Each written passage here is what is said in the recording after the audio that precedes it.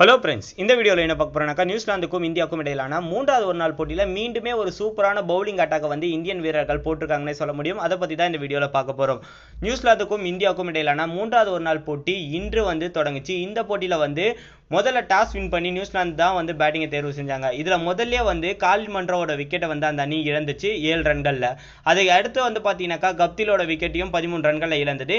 அதுக்கப்புறம் ஓரளவுக்கு ஸ்டாண்ட் பண்ணியிருந்த வில்லியம்சனோட விக்கெட்டை வந்து பார்த்தீங்கன்னா ஷகால் எடுத்திருந்தாரு. ஹார்திக் பாண்டியா சிறப்பான ஒரு கேட்ச் பிடிச்சிருப்பாரு.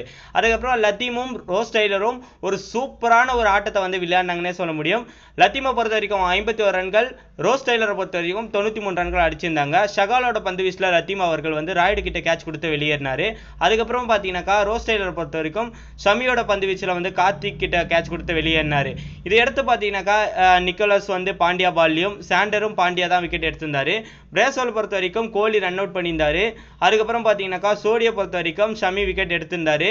போல்ட்டை பொறுத்த வரைக்கும் 2 ரன்களில் வெளியேறியிருந்தார் புவனேஸ்வர் குமார் பந்து வீச்சில். பெர்குசன் 2 ரன்கள் எடுத்து அவுட் ஆகாது இருந்தாங்க.